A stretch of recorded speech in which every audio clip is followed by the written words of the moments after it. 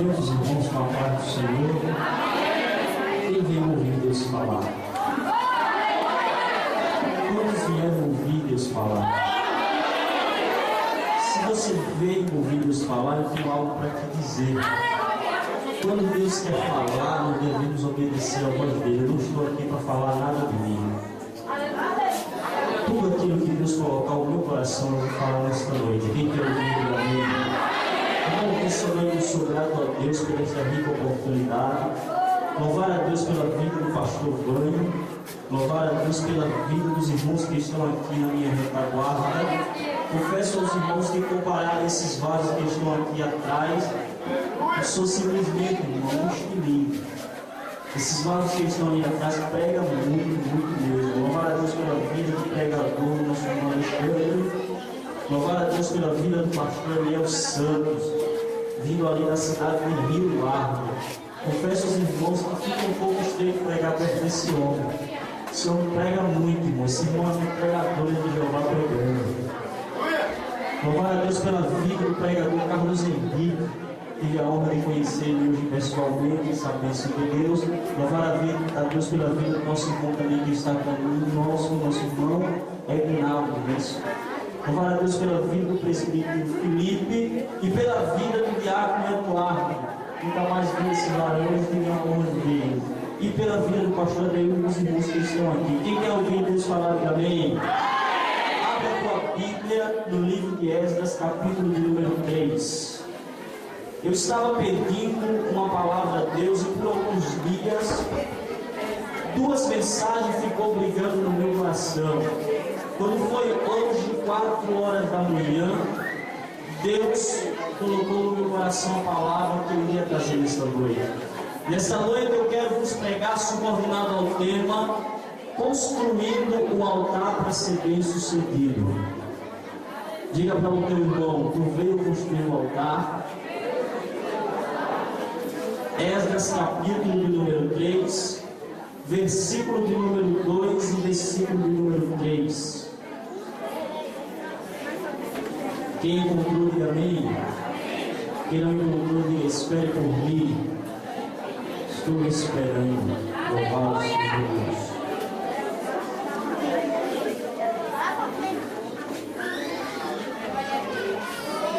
Todos encontraram?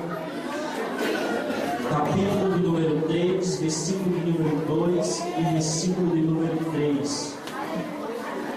Diz assim a palavra do Senhor. Então Jesua, filho de Josadaque, com seus irmãos, os sacerdotes, e Zorobabel, filho de Seatiel, e seus irmãos, se dispuseram e construíram o altar do Deus de Israel, para oferecerem sobre ele holocausto, como está escrito na lei de Moisés, homem de Deus. Apesar do medo que tinham dos povos ao redor, colocaram o altar sobre a sua base, e nele ofereceram holocaustos ao Senhor, pela manhã e também à noite. Coloque a tua Bíblia no teu assento, vamos fazer uma oração comigo nesta noite. Louvado seja Deus. Coloque a tua Bíblia no assento, curva a tua cabeça, feche os teus olhos, vamos falar com o Papai do Céu nesta noite. Senhor, meu Deus e meu Pai, meu Deus, mais uma vez eu estou na responsabilidade de trazer a tua palavra, meu Senhor. Meu Deus, eu sei e reconheço que eu sou simplesmente vaso nas mãos do oleiro. Eu reconheço que o vaso só vai aonde o oleiro quer. Eu reconheço que o vaso só fala aquilo que o Senhor quer. Meu Deus, nesta noite eu não vim aqui, Senhor, me aparecer. Eu não vim aqui, Senhor, mostrar algo de mim, porque nada sou e nada posso. Mas eu vim aqui nesta noite, ó meu Senhor, representar um Deus que vive e reina para sempre. Representar um Deus que nunca falha, representar um Deus que faz paralítico andar e cego ver. Meu Deus, eu não vim me apresentar porque eu não sou estrela, eu vim apresentar o Senhor que salva, eu vim representar o Senhor que liberta, eu vim representar o Senhor que batiza com o Espírito Santo. Por isso, nesta noite, ó Deus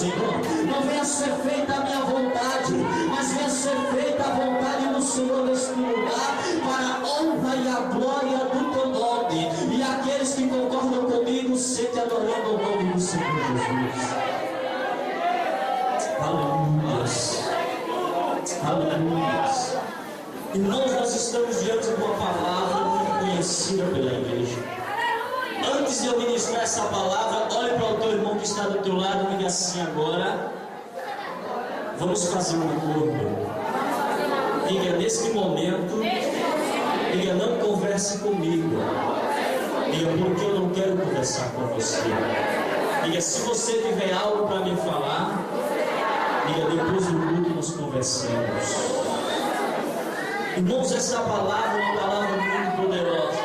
Eu quero falar nesta noite acerca da vida de um rei e de um povo, a qual Deus determinou sobre a vida desse rei uma missão.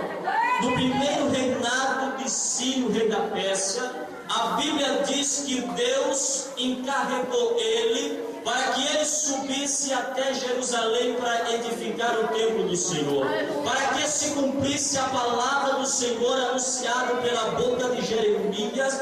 A Bíblia diz que Deus chegou para Ciro e disse: tenho eu te dado todos os reinados da terra, então neste momento eu vou te carregar para que você suba até Jerusalém e edifique a minha casa ou reconstrua o meu templo. A Bíblia diz que Deus também ordenou a ele, a qual ele lançou um pregão sobre todo o seu reinado, não somente por escrito, mas também por boca. A Bíblia diz que ele começou a espalhar na cidade, e nesse decreto estava escrito assim: quem dentre vós o seu Deus for com ele, suba até Jerusalém e edifique o templo do Senhor ou a casa do Deus de Israel. No momento em que Ciro começou a falar estas coisas, a Bíblia diz que começaram a se levantar homens, chefes de família, se disponibilizando para ir reconstruir o templo. Não somente se levantou o pai de família, mas também se levantou o sacerdote, mas também se levantou os levitas e disseram assim: se é para fazer a obra do Senhor, nós estamos de pé. Se é para fazer a obra do nosso Deus, nós estamos de pé. Neste momento, o rei Ciro continuou falando e dizendo: aonde esses homens andarem peregrinando, os homens deste local irão pegar todo o dinheiro, todo o ouro, toda a prata, todos os bens com as ofertas e dar a estes homens para que eles possam reconstruir o templo. Neste momento começa a chegar dinheiro, neste momento começa a chegar ouro, neste momento começa a chegar oferta, mas a Bíblia diz que quando chegou o 7º mês, em que todos já estavam dentro de Jerusalém, a Bíblia diz que já estando eles, cada um nas suas cidades e na sua casa, se levantou um jovem, filho de Josadaque, por nome de Jesua, e disse assim: antes de nós colocarmos uma pedra no templo, antes de nós colocarmos um bloco nas paredes, antes de nós colocarmos uma madeira na casa, tem algo principal do que tudo isso. Antes de nós edificar a casa do Senhor, a primeira coisa que nós devemos fazer é construir o altar do Senhor, porque se não tiver o altar consertado e construído, não tem unção, porque se não tiver o altar edificado, não tem graça, se não tiver o altar edificado, não tem prosperidade naquilo que você faz. Antes de colocar qualquer material no templo, a primeira coisa que nós devemos fazer é construir o altar. Aí você olha para mim e diz: o que é o altar? O altar é um lugar onde os sacerdotes colocavam as oferendas. É uma espécie de mesa a qual os sacerdotes colocavam o sacrifício. O altar, muitas das vezes, era oferecido sacrifícios de animais, como também oferecidos sacrifícios de aroma. No Novo Testamento era diferente. No Novo Testamento nós encontramos referências a qual identifica e coloca o nosso Senhor Jesus Cristo como o altar da minha e da tua vida. Quando a Bíblia diz que eles tinham que edificar o altar, nós passamos a entender que a Bíblia faz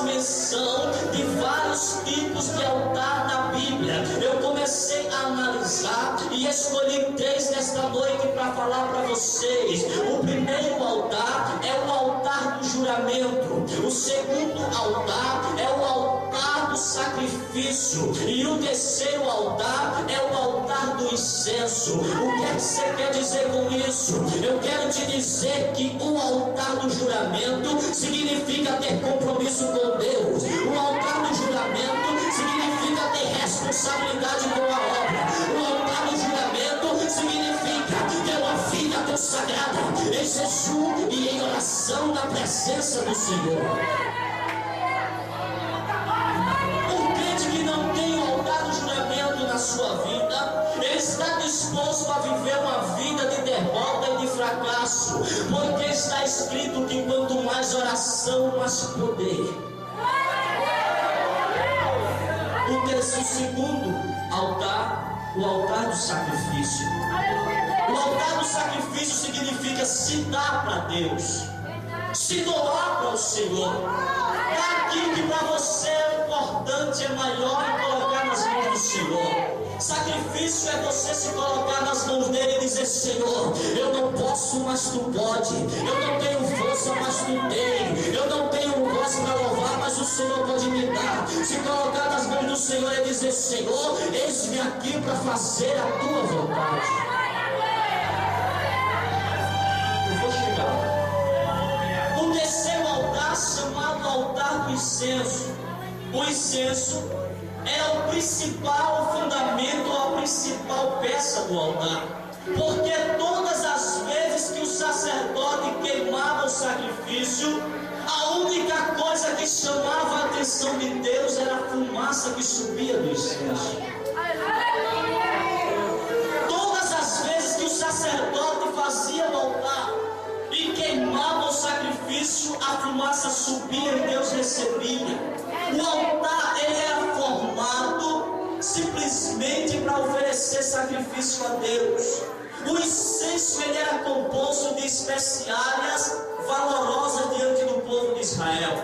E sempre que o incenso ele era formado, ele chamava a atenção de todos aqueles que sentiam o cheiro, porque a presença dele, o cheiro dele era inagualável, o cheiro dele era inconfundível, o cheiro dele fazia a diferença aonde chegava na vida do cristão. O incenso ele é composto diferente. Na vida do cristão, o incenso é composto por 3 ingredientes: joelho no chão, oração e jejum. Se você não colocar esses ingredientes em prática, você pode louvar bonito, garganta linda, não tem unção. Você pode pregar bonito, com sabedoria, não tem unção. Porque o que faz a diferença é o incenso que sobe para o trono. Porque tudo que sobe e desce. Quando você canta com unção, o Senhor enche. Quando você prega com unção, o Senhor batiza. Quando você fala com unção, Ele olha do céu e diz: quem faz sou eu, quem age sou eu. O que faz a diferença na vida do cristão é o incenso. E todas as vezes que você pega o joelho no chão, pega o jejum e a oração, aí você forma um incenso chamado de unção. Porque tem muita gente que canta bonito, mas não tem unção. Prega bonito, mas não tem unção. Cantar por cantar, até Zezé de Camargo no céu canta, mas não tem unção. Falar bonito e pregar bonito, até Cid Moreira fala com uma voz incomparável, mas não tem unção. Paralítico não anda e cego não vê. O que faz a diferença é a unção. Quem veio receber unção? Eu não vou levar Jesus. Quem veio receber unção, abre essa tua boca limpa e adora o nome do Senhor e joga o incenso para o céu.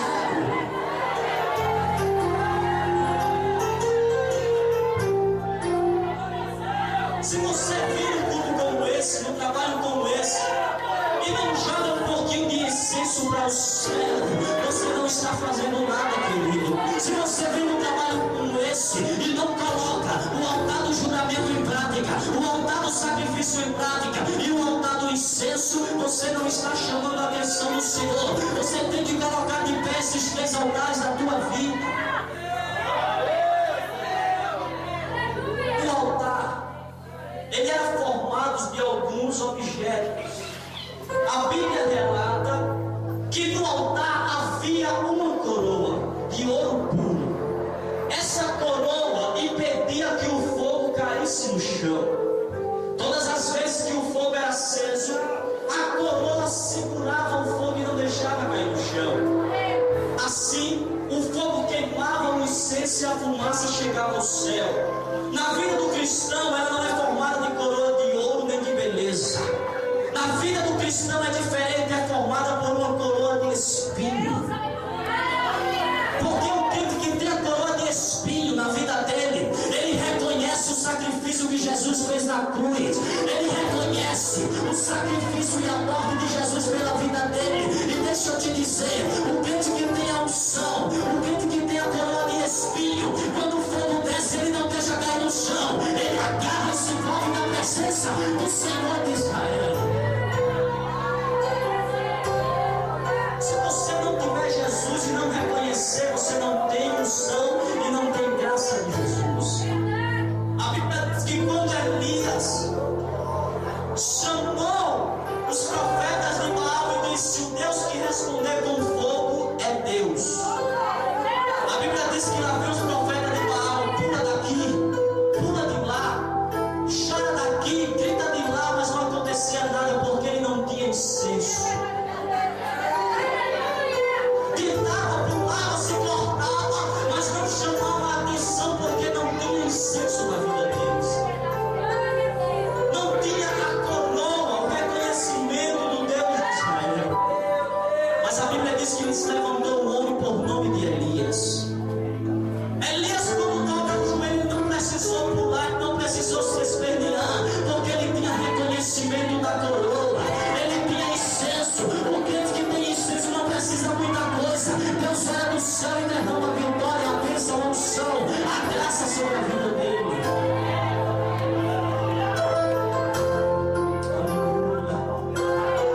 Aleluia. Tem pessoas aqui com o altar precisando de incenso. Tem pessoas aqui com o altar que está parecendo uma geladeira, jogaram água e até criou gelo. Jesus vai te encher de incenso hoje. Ele vai, ele vai, ele vai, ele vai te encher.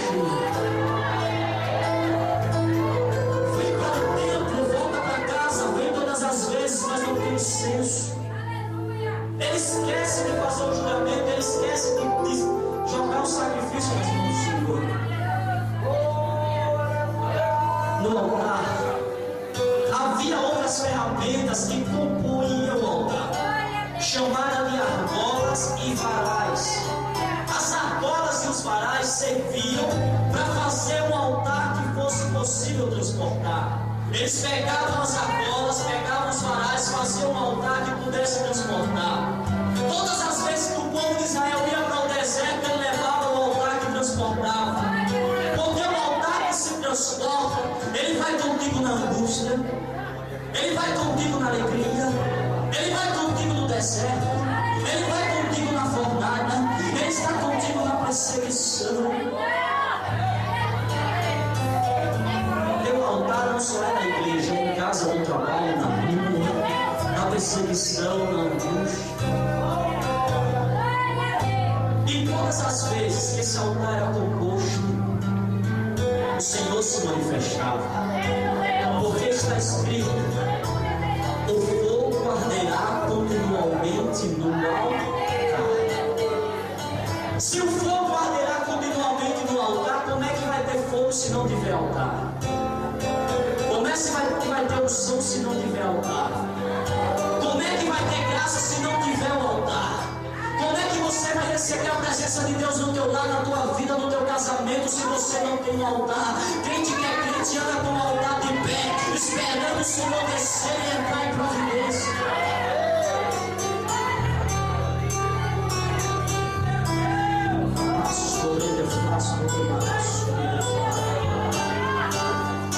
Tem pessoas aqui fazendo análise da vida dele e dizendo: Senhor, eu passando por isso, passando por tanta perseguição, eu estou passando por tanto problema, e eu não me dei conta de que o que estava faltando para o Senhor agir na minha vida é o altar. A Bíblia diz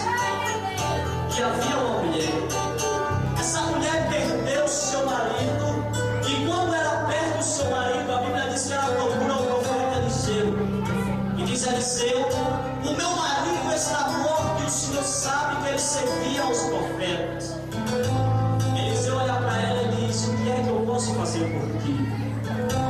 O que é que você tem na tua casa? Ela diz: a tua serva não tem nada a não ser um pouquinho de azeite. A tua serva não tem dinheiro, a tua serva não tem bem, a tua serva não tem vestes boas, porque quando ela está dizendo nada, ela está dizendo: eu não tenho nada a não ser azeite. Deixa de se preocupar com roupa bonita, deixa de se preocupar com aparência, e prepare-se e comece a se preocupar com o azeite que vem do trono de Jesus.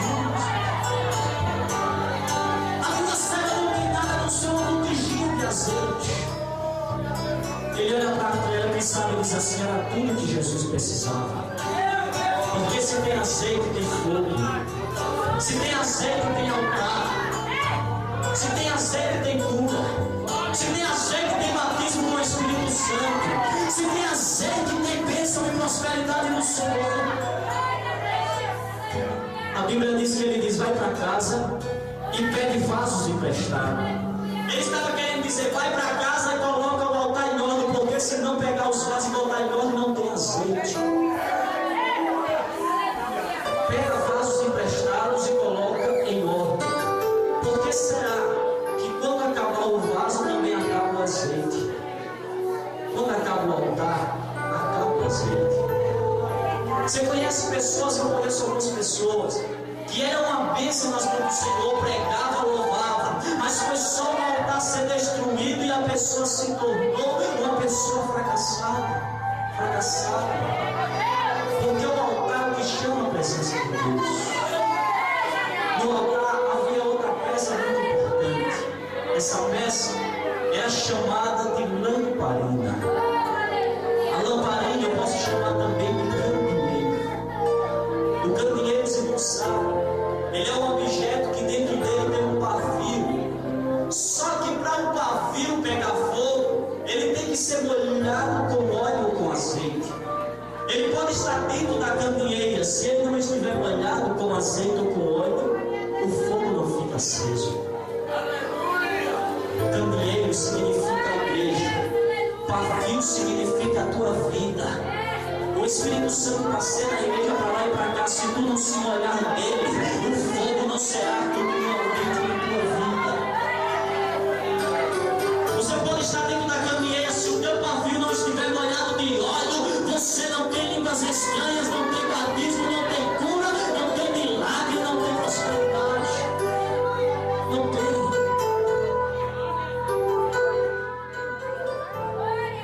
Olha o teu azeite, olha o teu pavio hoje com o azeite que vem do céu. Faça diferente, que esse aniversário venha ser um aniversário que você entrou aqui há muito tempo, que não falava línguas estranhas, mas saia daqui hoje falando na cara de Satanás, cheia da presença de Deus, cheia da presença do Senhor. Coloca o teu altar em ordem. Aí a Bíblia diz que depois que Jesus colocou o altar em ordem, a Bíblia diz que ele começou a oferecer sacrifício ao Senhor. Ele não somente ofereceu sacrifício ao Senhor de manhã, mas a Bíblia diz que ele começou agora, depois do altar, a oferecer sacrifício ao Senhor de manhã, à tarde e à noite. Porque quando o altar é estabelecido, você adora em todos os momentos, de manhã, à tarde e à noite, na alegria, na tristeza, na perseguição. A Bíblia diz que eles começaram a adorar o Senhor não somente pelos dias, mas também pelas luas novas, as luas cheias. Eles adoravam o Senhor pelas ofertas, porque tem gente que só adora o Senhor quando está na bênção, tem gente que só adora o Senhor quando está tudo na bênção, tem gente que adora o Senhor quando olha para o armário e vê que está tudo cheio, tem gente que só adora o Senhor quando olha para o guarda-roupa e vê roupa